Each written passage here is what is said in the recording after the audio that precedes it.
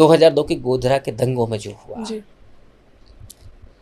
महिलाओं के साथ भयानक बलात्कार हुए, और पहली बार मुझे लगा कि इस देश में महिलाएं भी कम्युनल हो गई हैं।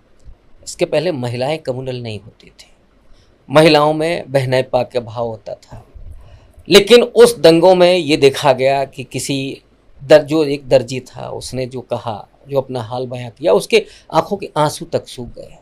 वो ये कह रहा था कि मेरे घर को जलाने के लिए वो मेरे पड़ोस की बेटी सिलेंडर लेकर के आई, जिसके मैंने शादी का जोड़ा सिला था, और मेरा घर, मेरी आंखों के सामने मेरी बेटियों से बलात्कार हुआ। ये जो पूरा हो रहा था, उन मुसलमानों के दुकानें उजाड़ दी गई, उनका व्यवसाय चौपट कर दिया गया। आपने प्रदीप सौरभ एक साहित्यकार हैं, यहीं दिल्ली में रहते हैं, उनका एक उपन्यास है मुन्नी मोबाइल। कई बार जो राजनीति में नहीं लिखा है, राजनीतिक इतिहास में दर्ज नहीं होता, वो लिटरेचर में दर्ज होता है जी।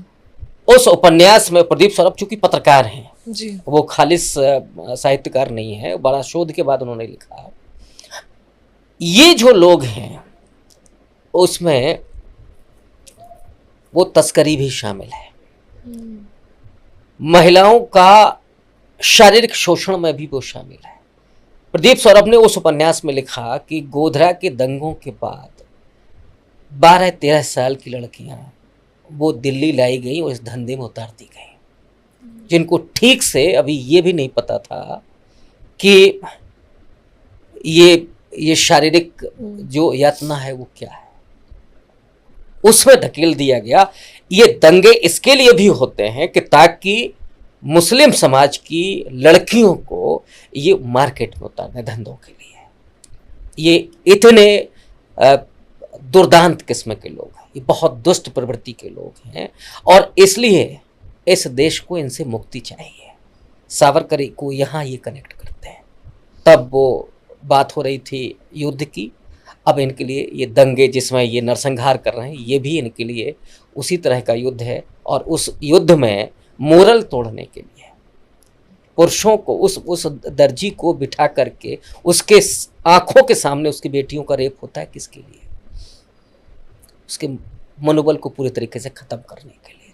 और इसीलिए मैं कहता हूं कि मुसलमानों को ये आज का दलित बनाना चाहते हैं। इनके घरों में झाड़ू पोछा कौन करेगा, रिक्शा कौन चलाएगा, इनके यहाँ मजदूरी कौन करेगा, ये। और जैसे सदियों तक इस देश में दलित महिलाओं का उत्पीड़न होता रहा, वैसे ही ये मुस्लिम महिलाओं का उत्पीड़न करना चाहते हैं। दंगों में तो रेप होते ही हैं, ऐसे रोज रेप होते हैं, जबरिया, आर्थिक दबाव में और दूसरे तरह के दबाव में।